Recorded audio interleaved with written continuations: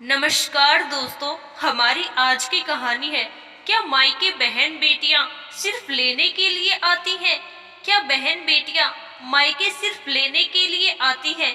खिड़की के पास खड़ी सिमरन सोचती है, राखी आने वाली है, पर इस बार न तो माँ ने फोन करके भैया के आने की बात कही और न ही मुझे आने को बोला। ऐसा कैसे हो सकता है? हे भगवान, बस ठीक हो सब कुछ। अपनी सास से बोली, माँ जी, मुझे बहुत डर लग रहा है, पता नहीं क्या हो गया, मुझे कैसे भूल गए इस बार।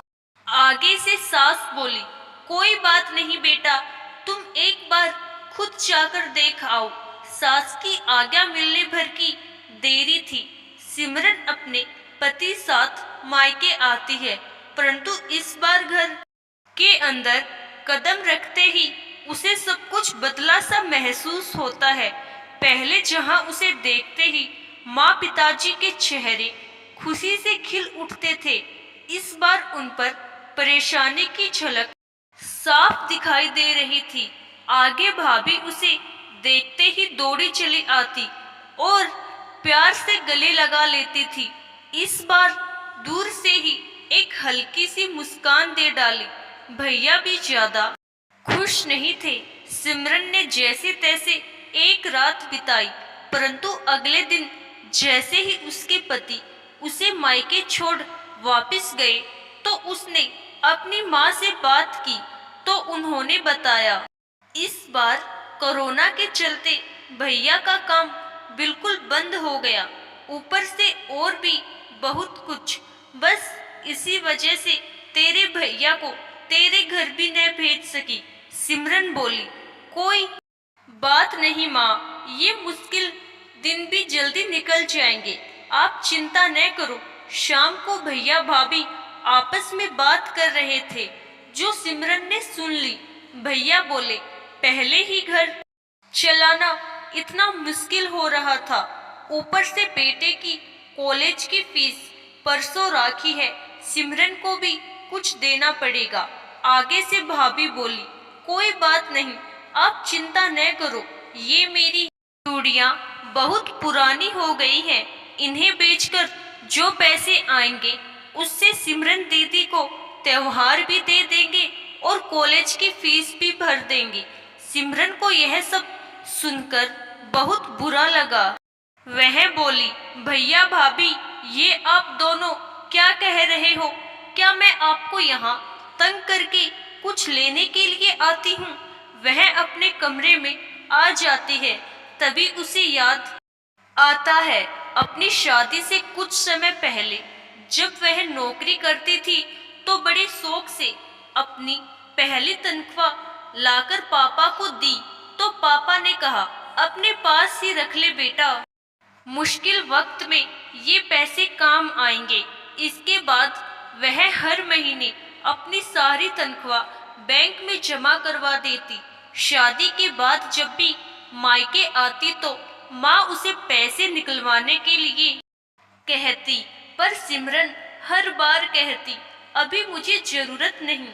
पर आज उन पैसों की उसके परिवार को जरूरत है। वह अगले दिन ही सुबह भतीजे को साथ लेकर बैंक जाती है और सारे पैसे निकलवा पहले भतीजे की कॉलेज की फीस जमा करवाती है और फिर घर का जरूरी सामान खरीद घर वापस आती है। अगले दिन जब भैया की राखी बांधती है, तो भैया भरी आंखों से उसके हाथ में 100 का नोट रखते हैं।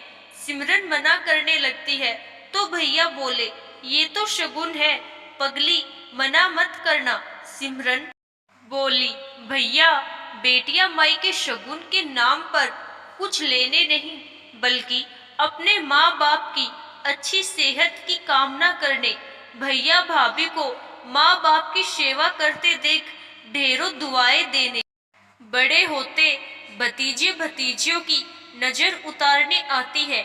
जितनी बार मायके की दहलीज पार करती है, ईश्वर से उस दहलीज की सलामती की दुआएं मांगती है। जब मुझे देख माँ पापा के चेहरे पर रौनक आ जाती है, भाभी दौड़कर गले लगाती है, आप लाड लड़ाते हो, मुझे मेरा शगुन मिल जाता है। अगले दिन सिमरन मायके से विदा लेकर ससुराल जाने के लिए जैसे ही दहलीज पार करती है तो भैया का फोन बजता है। उन्हें अपने व्यापार के लिए बहुत बड़ा ऑर्डर मिलता है और वे सोचते हैं सचमुच बहनें कुछ लेने नहीं बल्कि बहुत कुछ देने आती है। माँ के और उनकी आंखों से खुशी के आंसू बहने लगते हैं। सचमुच बहन बेटियां मायके कुछ लेने नहीं बल्कि अपनी बेशकीमती दुआएं देने आती हैं। जब वे घर की दहलीज पार कर अंदर आती हैं तो बरकत भी अपने आप चली आती है। हर बहन बेटी के दिल की तमन्ना होती है कि उनका मायका हमेशा खुशहाल रहे और तरक्की करे। मायके की खुशहाली देख उनके अंदर एक अलग ही ताकत भर जाती है जिससे ससुराल में आने वाली मुश्किलों का डटकर सामना कर पाती है। आशा करती हूँ दोस्तों आपको हमारी आज की कहानी जरूर पसंद आई होगी। धन्यवाद।